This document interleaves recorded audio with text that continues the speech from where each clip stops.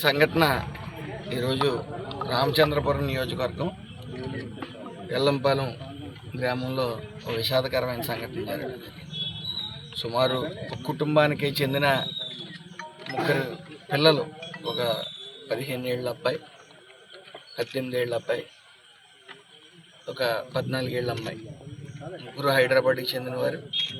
వాళ్ళ అమ్మమ్మ గారు ఊరు, వాళ్ళ తాతయ్య గారు సంవత్సరకానికి హాజరయ్యి 8 గంటలు, సుమారు 8 గంటల సమయానికి హైదరాబాద్ తిరిగి వెళ్ళవలసిన సమయంలో 2 గంటలకి, మధ్యాహ్నం 1 గంట 2 గంటల మధ్యలో స్నానానికని వచ్చి మరి దురదృష్టవశాత్తు మరి జారి కాలువలో పడటం, ఆ అమ్మాయిని రక్షించడానికి ఒక అబ్బాయి దిగటం, ఆ అబ్బాయిని రక్షించడానికి ఇంకో అబ్బాయి దిగటం, 4 అక్క చెల్లెళ్ళు, 3 అక్క చెల్లెళ్ళ పిల్లలు, ముగ్గురు కూడా చనిపోవటం జరిగింది.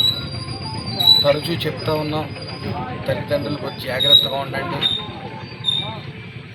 గోదావరి దగ్గరికి పిల్లల్ని వదలొద్దని చెప్పి.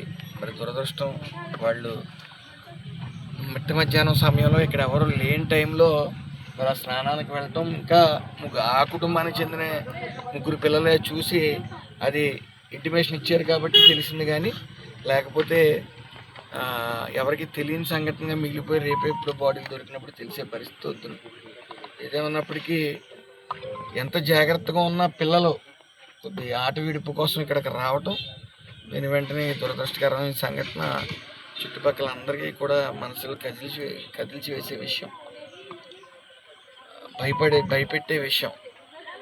దయచేసి ఈ గోదావరి తీర ప్రాంతం కాబట్టి అందరూ కూడా తమ పిల్లల్ని జాగ్రత్త పెట్టుకోవడమే తప్ప ఈ దురదృష్టం జరిగిన తర్వాత ఎవరో ఏమీ చేయలేని పరిస్థితి. అందరూ బాధతో, మొత్తం వాళ్ళ తల్లిదండ్రుల రోదనలతో మరి బుర్ర కూడా పనిచేయని వైను అందరికీ కూడా, చిన్న పిల్లలు, చదువుకుంటున్న పిల్లలు, మరి అందరూ కూడా మరి ఆ కుటుంబానికి ధైర్యాన్ని ఇవ్వగలుగుతాం. కానీ వాళ్ళకి తీరని లోటు ఆ కుటుంబానికి మిగిల్చేది. మరి ఏదేమన్నప్పటికీ గోదావరి దగ్గర పిల్లల్ని వదలకుండా ఉండండి అని చెప్పి తరచూ చెప్తా ఉన్నాం, మళ్ళీ చెప్తున్నాం. వాటి కుటుంబానికి నా ప్రగాఢ సానుభూతి తెలియజేసుకుంటూ, 3 పిల్లలు చిన్నారులు, 3 కుటుంబాలు చిన్న భిన్నం చేశాయి.